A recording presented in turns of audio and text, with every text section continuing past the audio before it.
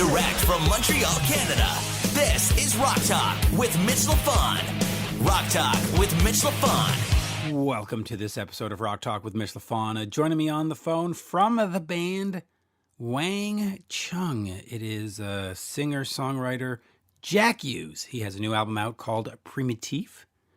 And we talk everything. We discuss the album. We talk about his career as a professor and all kinds of other stuff. In fact, I am so excited about this episode that I just want to get right to it. So everybody have fun listening to this interview. Here is the one, the only, from Wang Chung, Jack Hues. We are speaking to Jack Hues, formerly, I guess. Do we say formerly of Wang Chung, by the way? No, I guess I'm still in Wang Chung, in a slightly on and off kind of way. But yeah, I still work with Nick. You know, there's plans to do a bit of touring this year, or there were some plans to do a bit of touring this year. You know what? So, I'm not even going to start that intro over. No, just folks, Jack Hues of Wang Chung, or new album is Prima Teef, comes out March 20th, 2020. And as we say in Montreal, bonjour, comment allez-vous? Oui, je vais bien. Is that right? Yes. Considering everything that's going on these days. But let me talk about this album, Prima Teef, because I've been listening to it, and follow along if you can with this description, or tell me if you agree with the description. But I find it very cinematic in its scope. It's got it's painted with a broad brush. Mm-hmm. It's got a lot of soundscapes to it. Is that how you would describe it as well, or yeah? Okay. Yeah. No, I think so. I think cinematic's a good description, really. So the songs are, as it were, illustrated. The lyrics are illustrated in the music, and as well as the songs, there are some instrumental pieces that I think give the album this quite sort of broad theatrical kind of sound.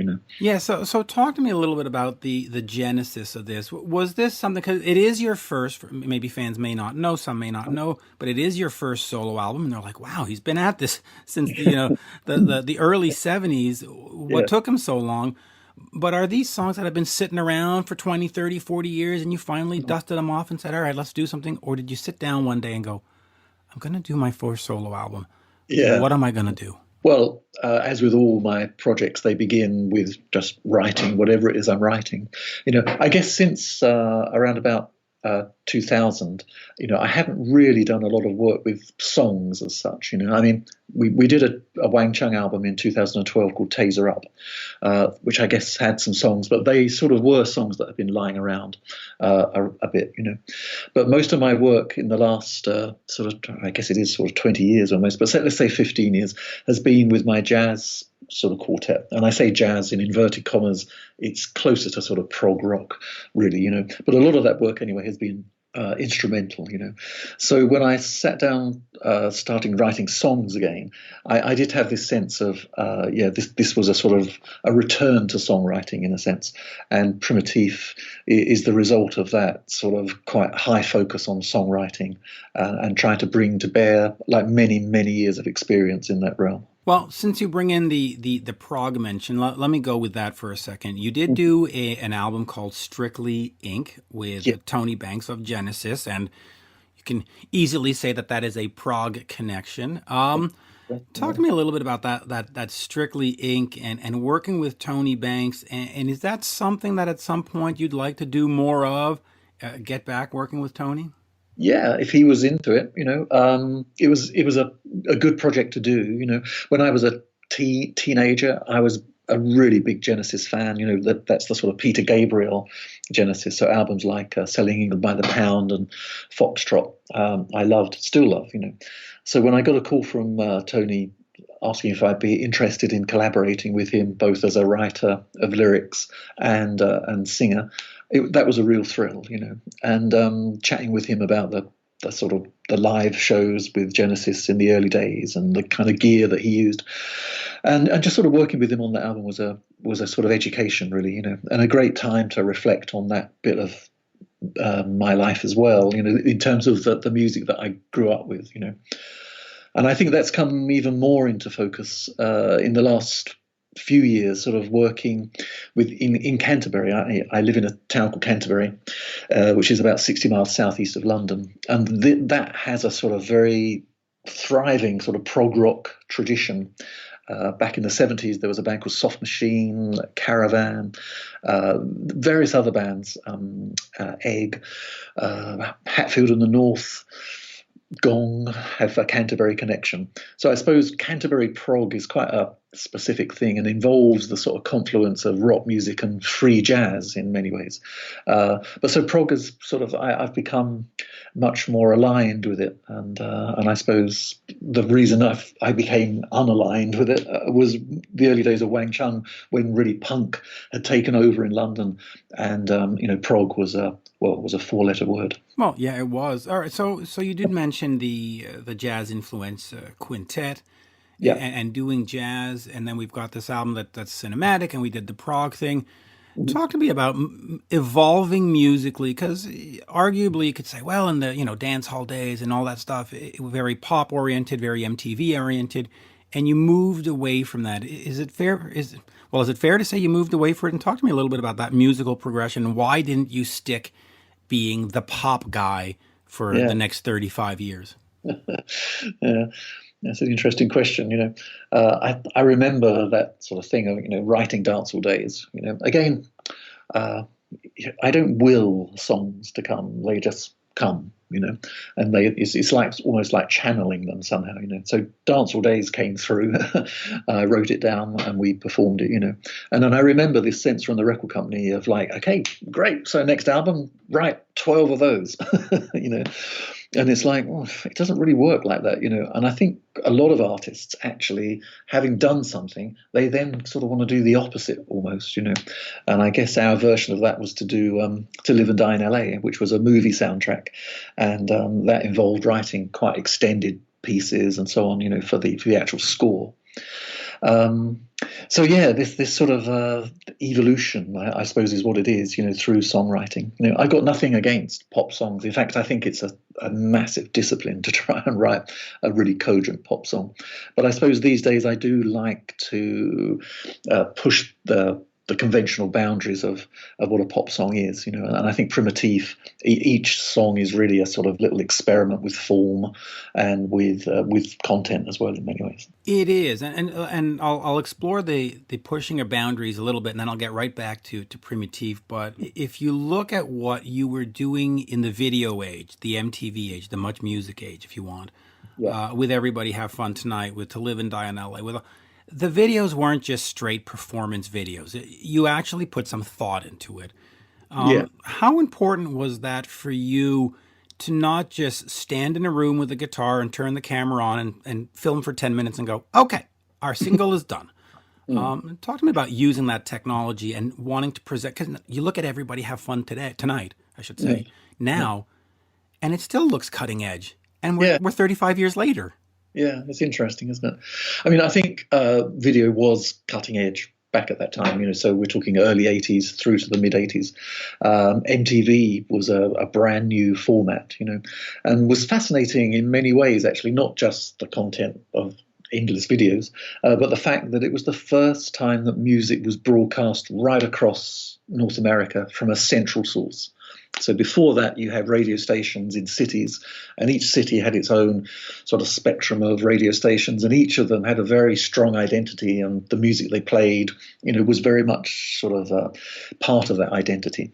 MTV was nationwide, so that changed, and was maybe a precursor of the way things are more today, where obviously Clear Channel own a lot of the stations and program from a central perspective, as it were, But that aside, I think making videos was all sorts of people were interested in doing it. So the first Dancehall Days video that we did was made by Derek Jarman, or directed by Derek Jarman, who's a very sort of serious English filmmaker, made very avant-garde, cutting-edge English films, And with Everybody Have Fun Tonight, we worked with Kevin Godley and Lol Cream, who were the sort of top directors. Yeah, they were it, right? Godley and Cream. Cry, I think, was their video, right? Yeah, I think so. Yeah. Well, they did all sorts of things, but they're very creative. To be honest, in the process of making the videos, I tended to step back and let those creatives do their thing, and rather than sort of getting heavily involved. But I know Nick and I were both pretty involved in Everybody Have Fun Tonight, and that we wanted to have this sort of stop frame and animation type approach. Yeah, and listen, I could explore those days longer, but we're here to talk about Prima Teef, so let's do that, and then if we have some time left, we'll throw in a few more. But the press release says that this, due to a series of personal losses, Jack found himself more concentrated on music than ever. So let me ask you about that in terms of the healing power of music. You go through these personal losses and maybe something's, you don't know what to do, and you see music.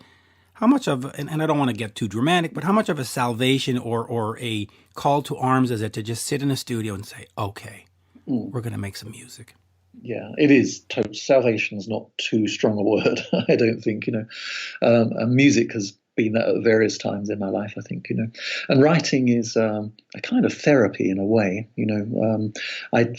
For about 10 years, I taught songwriting at the university here in Canterbury, and I became very aware as the students brought me their work, that a lot of them were sort of rather uncomfortable about playing it in the room with other people, because they instinctively felt how kind of revealing it was about them.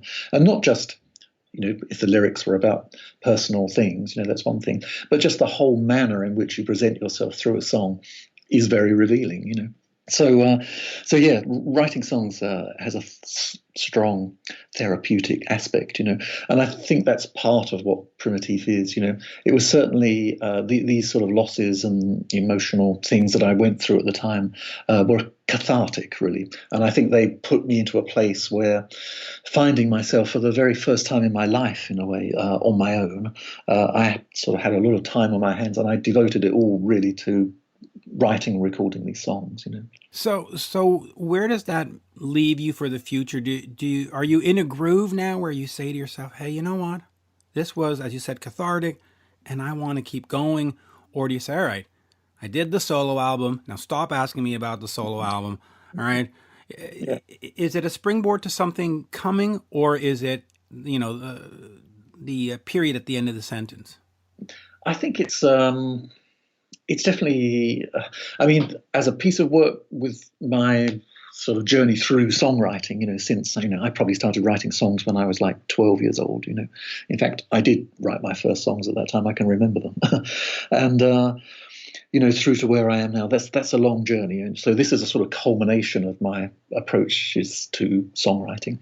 But I feel, I feel very encouraged by this process. I've really enjoyed making a solo record. I've enjoyed sort of expressing myself in this kind of quite uninhibited kind of way. And I look forward to doing a follow-up. But whether that will be, right now, or whether it will be sometime in the future, I'm not too sure. Yeah, and it's hard right now with the world situation, with the COVID-19 to have sort of any future plans, because we don't know where it ends. But yeah, assuming it ends in the next, 2 months, 3 months, 4 months, hopefully, if not sooner, do you plan on taking this music to the road and getting sort of an orchestra or whatever kind of musical? Yeah. Okay, and what would that look like? Well, I was going to do a launch gig here in Canterbury back around the launch date, March 20th. Yeah, that was looking like a sort of, the guys, if you go to my website, jackhues.com, you can see 2 live performance videos. And the guys in that band are essentially my band. And so I was going to use those guys, plus an additional keyboard player who was going to be taking care of some of the orchestral parts and samples and stuff like that.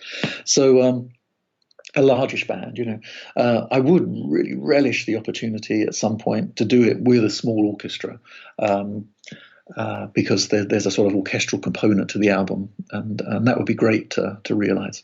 I think through my experience of working with my jazz quartet, and working with jazz musicians, the whole thing of having live performance, but having a degree of freedom within that performance framework for improvisation or just extending certain sections, that's very exciting. And when we were rehearsing for this gig, we were starting to do that. So, for instance, The Look of Love, has this sort of long extended instrumental thing on the record, but we were stretching that out even further and sort of creating these sort of colors and grooves. It's not like jamming like in the old 70s sense of guitar solos and stuff. It's more textural kind of stuff. Right, like a musical motif stretched out kind of thing. Exactly, yeah, and more sort of, it's a bit like a like a Steve Reich piece or something like that, a systemic piece, where you sort of hold on a section until you get a nod to move to the next section and that kind of thing. But it means everybody's listening to each other, and that to me is really important when you're playing live. It is. Now, in terms of the jazz, is that something that you will continue and perform and release records as, or is that more just for as a hobby, so for the lack of bad word, but you know what I mean? Yeah, I know what you're saying. Yeah, but for the love of it, I mean, I think it will always be for the love of it. But yes, I'd love to release more stuff in that area. And in fact, this time last year, I did some shows with my quartet and a band called Siddhartha, who are from Canterbury. Some of your listeners may be aware of them. They had some records out. In fact, they were signed to Universal in Los Angeles for a couple of years and put out a couple of albums, which are great, really fantastic. But the gigs that I did were sort of my quartet and Siddhartha. So we had 2 drummers, 2 bass players, and it's quite a big ensemble.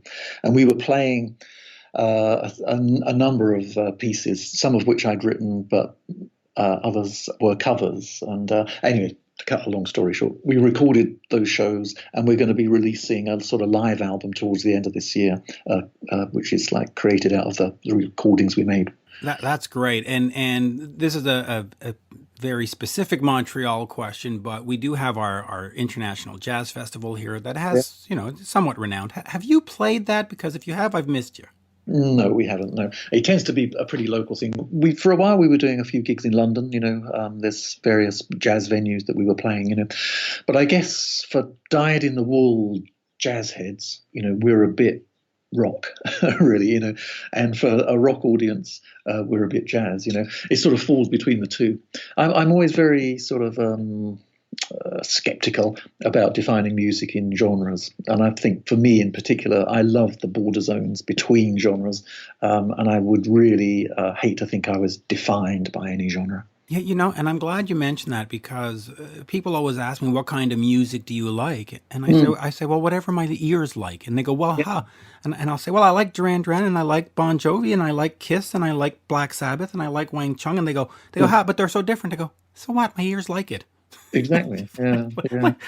I think this is quite a recent thing, defining music by a genre, which has come out of the sort of, the iTunes kind of way of, grouping music into these genres. And I get that that's useful if you're searching through your library, as it were, and trying to find something, But I think in terms of the way one approaches music, if you think of it, like one of the first questions I used to ask my students was, so tell me what music you listen to. And they go, well, I listen to metal and I listen to all these genres. And I say, this makes no sense to me. You need to tell me the artists that you listen to.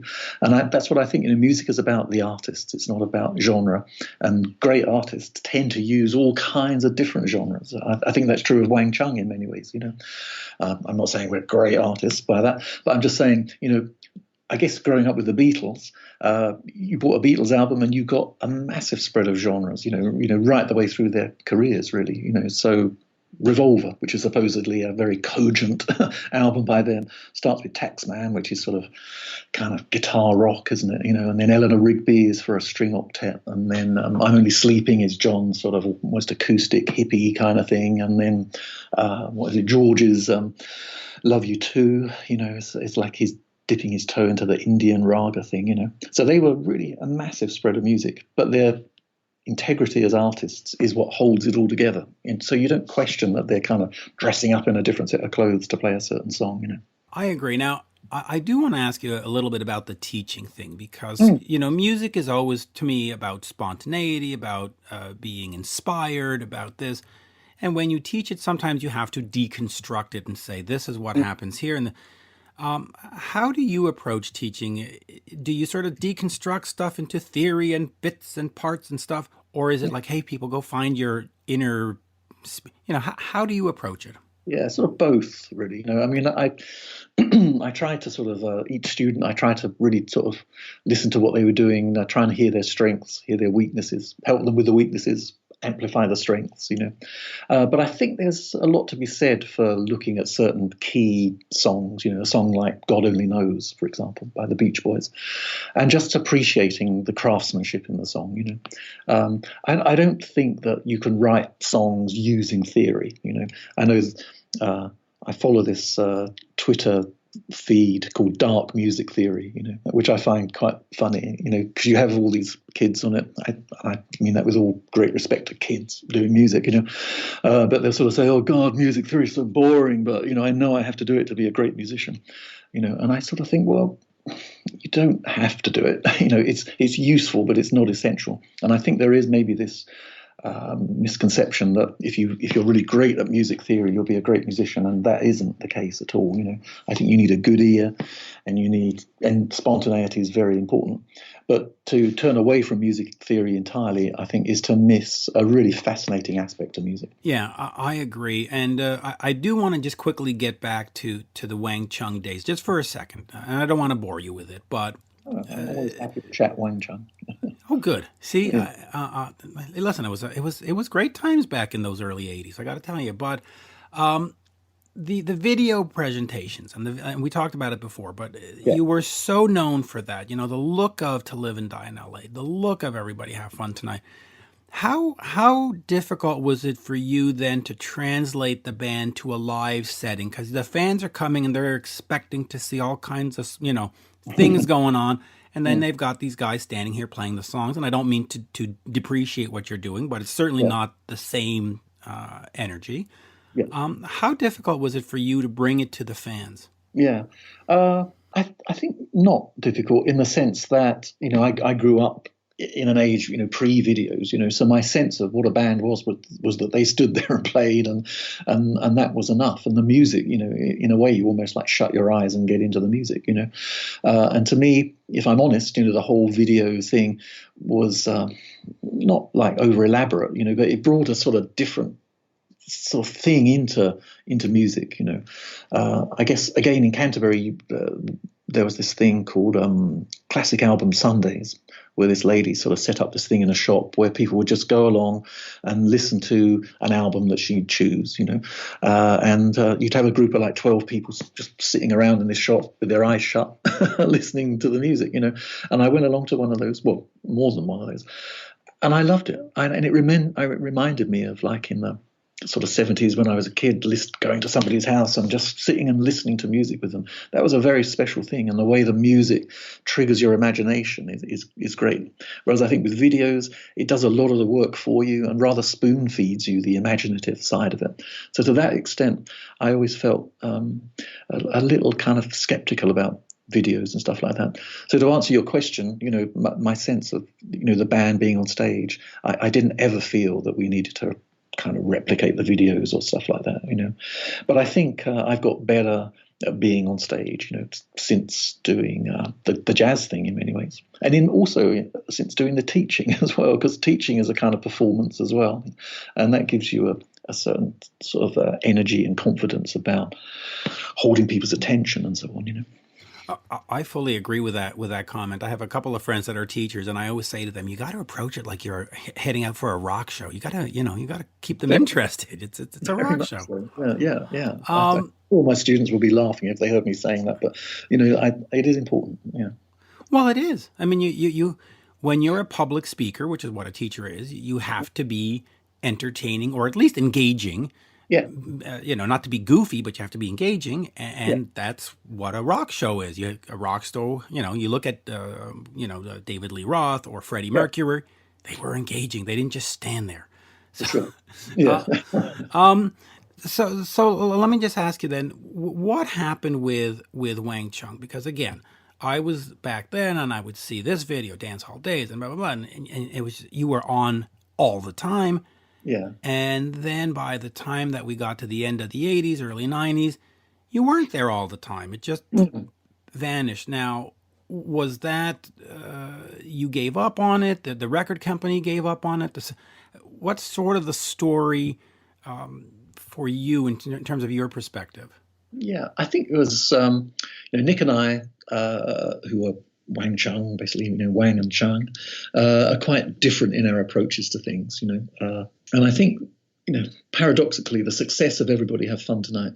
I've been reading about this with some other artists. It's sort of like when you start out as a band, you have a sort of core fan following, and you have a sort of identity, and then you move into your sort of record deal phase, and the record company has an effect, and they have certain requirements, basically that you sell records, So the sound changes, and suddenly you've got a whole new bunch of people in the room, if you like, who you you don't know, who don't know you in a way, Sure, they love the record, but so I think that process, in a way, sort of made Nick and I more apart, if you know what I mean, in the sense that he wanted to pursue that sort of more commercial thing, whereas I was still wanting to make Genesis albums, really, And so we made an album called The Warmer Side of Cool, which is quite proggy in its way, but didn't have hits on it. And I think the record company at that point was a kind of losing interest in us. Well, not losing interest, but albums were expensive to make in those days, and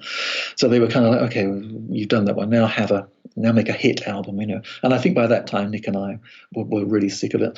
But so that was our little world, and we could have kept going, but I think in truth the bigger world was really changing, and the bigger world was now into hip hop and into Geffen had signed Guns N' Roses, and Nirvana were just around the corner, grunge was coming, and 80s bands were really last week's news, So unless we'd really embraced one of those mediums, I think it would have come to an end anyway. And so that's what happened. You have to sort of ride the tide, the way it's going, or get back on the beach, to make a really weird metaphor. So. No, but you're right. But and it is very telling that I was there in the early '90s. All these bands disappeared, whether it was Wang Chung or it was Pat Benatar or Def Leppard. They all sort of vanished, and yet here we are in 2020, and most of those bands, the Guns N' Roses, the Aussies, they're still touring, they're still doing stuff. So it's amazing how it got poo-pooed for 5 or 6 or even a decade, and yet it's like, who wants to go see any kind of reunion by any '90s band? I mean, there were some great ones, I think, but but I think it happens all the time. In when punk came up in the '77 in London, do you know what I mean? To admit that you even listened to a Genesis album will be executed on the street. Prog and stuff, the music that had dominated the decade up until that point was suddenly just laughable. And punk took over. And out of that came the next sort of new wave, kind of new romantic type stuff, which is kind of what Wang Chung was a part of, But you sort of have to get on board with that stuff, if you're going to have some sort of career in the commercial realm, And then obviously that sort of, as it were, kind of I don't know what you'd call the '80s. Well, it's '80s music, isn't it? Us and Tears for Fears and all those sort of bands, were making these quite elaborate records and very concerned with songwriting and craftsmanship and all of that stuff. And then everything really changed in the '90s, with a much more back to basics kind of revolution again, with samplers and people making records out of samples and hip hop and all of that stuff, which was all beautiful and great, and that is the way it should go. In fact, I think you could write a history of music going right back to Italian opera, following on from Bach's amazing music. There's always this sort of rebirth, which is a much simpler kind of approach to the music, which then in turn becomes more and more complex and overgrown, and then gets reborn again. And well, it really does. But of course, let's not forget the '80s had the Linn drum, so that's an important thing. I could, of course, go on. Sorry, go ahead. I'm going to say, on lots of the records, Linn drums were there. Yeah, it was the age of the Linn drum. I could, of course, go on forever, but I do want to remind the folks that Prima Teef is out. In fact, March 20th. So we're past that. It's out now. It is out now, so you can go to my website, which is www.jackhues.com, and you can order it on vinyl, which is a great format for it, and on double CD. So it's a double vinyl, double CD. Or, of course, there's all the usual digital platforms if you just want to check it out. Yeah, absolutely. And it's just funny with this whole COVID-19 and lockdown stuff. I've actually lost track of the days, but we're past March 20th. Yeah, very much so. Yeah, but there's also time to sort of sit and listen to music again, maybe, and that can only be a good thing. There is actually, and there's a band I really like out of Switzerland called Gothard, and I put together a 355 song playlist, and I actually listened to it 26 hours. That's amazing. That's quite a stint. or crazy, one of the two. But on that, Jack, as we say, merci beaucoup, and I do encourage fans to check it out. I don't want to say it's an escape, this album, but when you put it on, especially if you have some headphones, like when I listen to it, you sort of close your eyes. I don't know, you can sort of just see these pictures that go through. And you're right, by the way, with the thing about videos. You know, growing up in the 70s, you put on headphones and the images came to you. And then in the 80s, they gave you the images. And for me, many of the times that ruined the songs. I was like, oh, that's what that's about? I don't remember a girl in a bikini in my vision of it. What the hell? Yeah, absolutely. But, merci. Merci bien. Au revoir. This has been Rock Talk with Mitch Lafon. For more exclusive content and interviews, subscribe on iHeartRadio, Spotify, Apple Podcasts, on YouTube, and many more. Follow Mitch on all the socials, especially Twitter, @Mitch Lafon, and on Instagram, @Mitch_Lafon. Get your Mitch merch now at loudtracks.com/Mitch.